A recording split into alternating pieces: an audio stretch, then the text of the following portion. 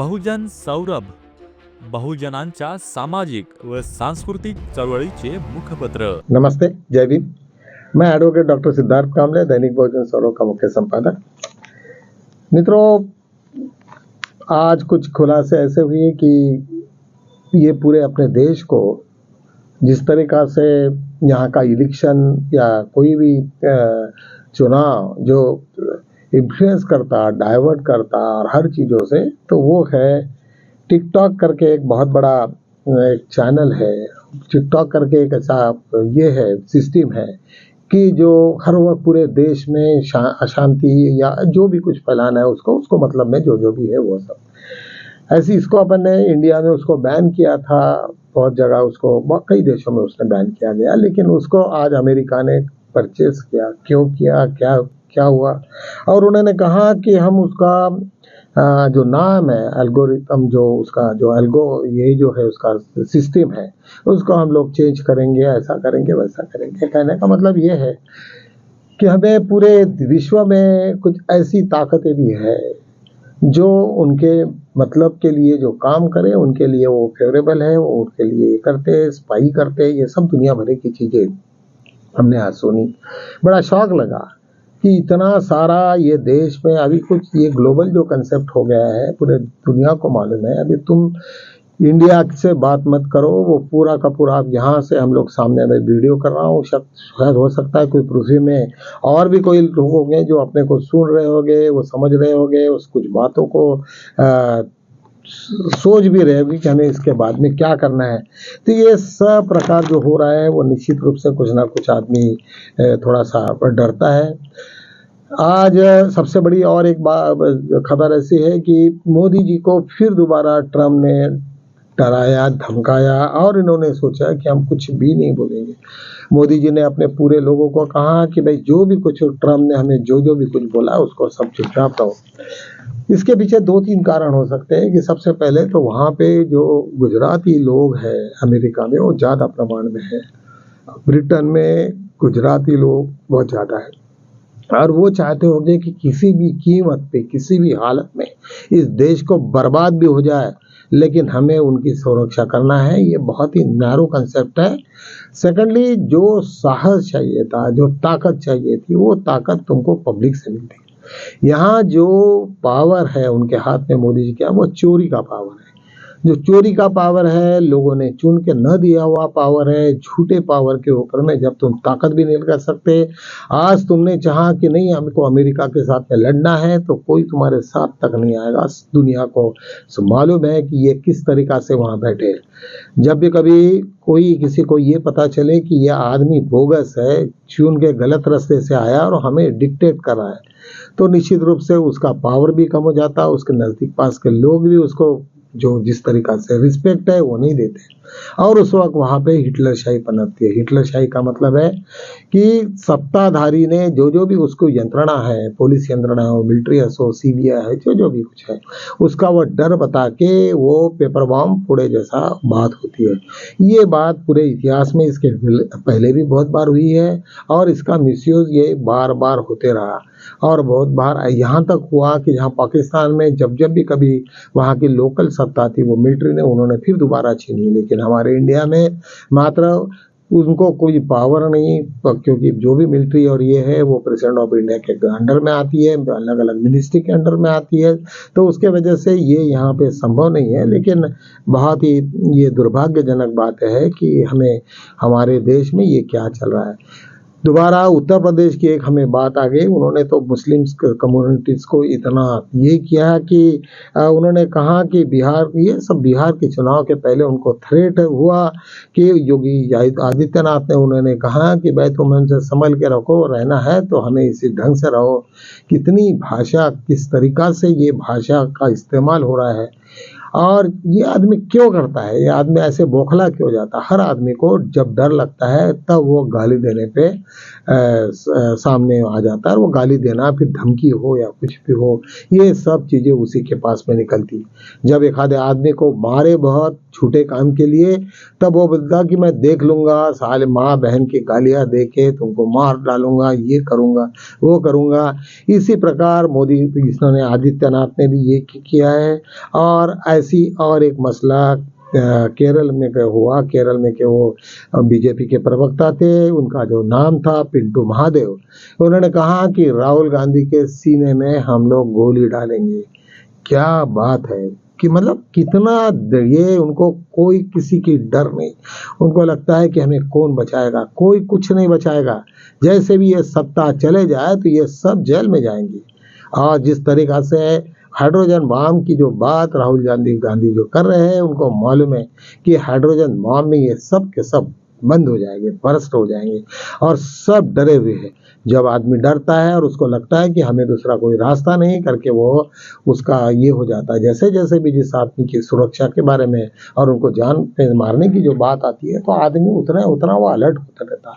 उसके लोग अलर्ट होते रहते हैं, आजू बाजू में घेरे अलर्ट होते रहते हैं, क्योंकि कॉमन आदमी ये सब चीज़ों से दूर रहता है। आज राहुल गांधी का जिस तरीका से संपूर्ण भारत में इस तरीका से प्लानिंग है कि वहाँ पे कोई ये नहीं हो सकता, मतलब वहाँ पे कोई चीज कोई परिंदा भी पंख नहीं मार सकता, ऐसे टाइप का ये सिचुएशन है।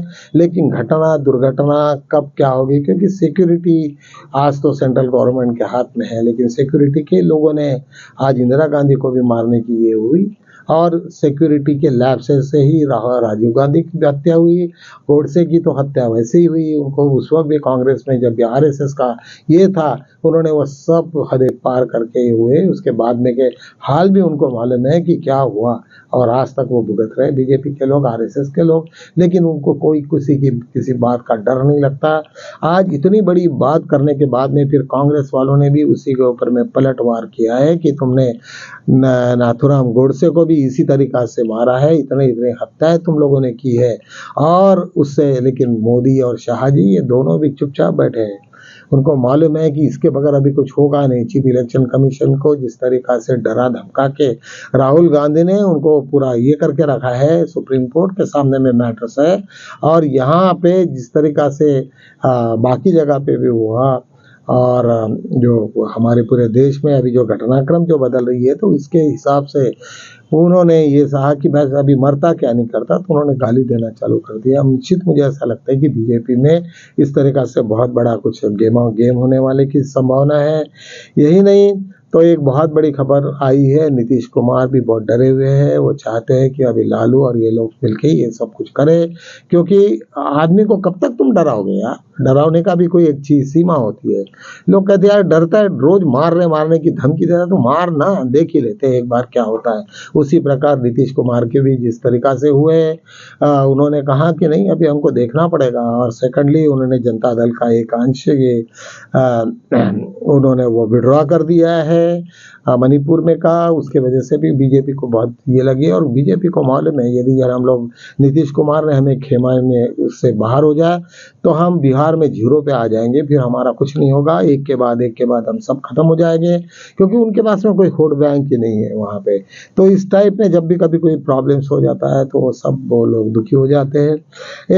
और एक खबर ऐसी आई कि राजस्थान हाईकोर्ट में एक पिटीशन फाइल हुआ था कि सीए चाहे ये जो हमारी सीआईए की जो सीएए जो हमारे इसका था, जो तुम्हारे इलेक्शन से जो नागरिकत्व के साथ में जुड़ा हुआ मसला था, उसके ऊपर में ये आर्टिफिशियल बना के ये सरकार ने ऐसे हमारे पे ये किए, इतने लोगों की का डेथ हुआ करके एक नीचे में PLI लगाए थे। तो उसको उन्होंने नीचे के भी कोर्ट में ये रद्द हुआ, सेकंड में भी ये हुआ, FIR हुआ नहीं है। वो मैटर हाई कोर्ट में गया, और हाई कोर्ट में होने के जाने के बाद में उस हाई कोर्ट में आला हुआ 302, 300, 120B के अगेंस्ट में, जिस तरीका से मुस्लिम लोगों को धमकाया गया था। तो वहाँ पे एक ये हो गया कि उनके अगेंस्ट में नरेंद्र मोदी और शाह के अगेंस्ट में FIR होने के लिए वहाँ पे कहा गया कोर्ट ने। वो होने के बाद में ये मसला फिर दोबारा सुप्रीम कोर्ट में आ गया। 7 अक्टूबर को उनके सामने वो कोर्ट के सामने में आने वाला है। शायद हो सकता है कि इस तरीक़ा से कुछ हो जाए और जाते जाते भूषण गवई ने कभी हाथ मार दे और इन लोगों को पूरा का उठा के पकड़ के जेल में डालो, तो ये देश में 1 मिनट में पूरा का पूरा खत्म हो जाएगा, पूरा बीजेपी रास्ते पे आ जाएगा। और मुझे कुछ भी बिल्कुल लगता है कि भूषण गवई ऐसे ही कोई चीज़ के इसमें हो गए कि वो शायद जब भी वक्त आए तो इनको पूरा का पूरा अंदर कर देगी या बीजेपी बैक फुट पे आ जाएगी। तो इस तरीक़ा से बहुत सारी घटनाएं पूरे देश में हो रही है। तो मुझे लगता है कि आने वाले दिनों में हमें बहुत एक अलर्ट रहना है। एक बहुत अच्छी खबर है कि 40 देशों के लोग जिस तरीक़ा से गाजा का पूरा बर्बादी इजराइल ने किया, उसको समुद्र के मार्ग से वहाँ पे पूरे जहाज़ों के जहाज़ निकले हैं। 40 देशों के प्रतिनिधि उसमें आए। उन्होंने कहा हमें कोई डर वर नहीं है, हमें इजराइल ने चाहे वो करे, 2-3 बार वो फेल भी हो गए, लेकिन फिर दोबारा उन्होंने मेडिसिन सब ये वो सब लेके गए। उनके पास में कोई शस्त्र नहीं, कोई अस्त्र नहीं, कुछ नहीं।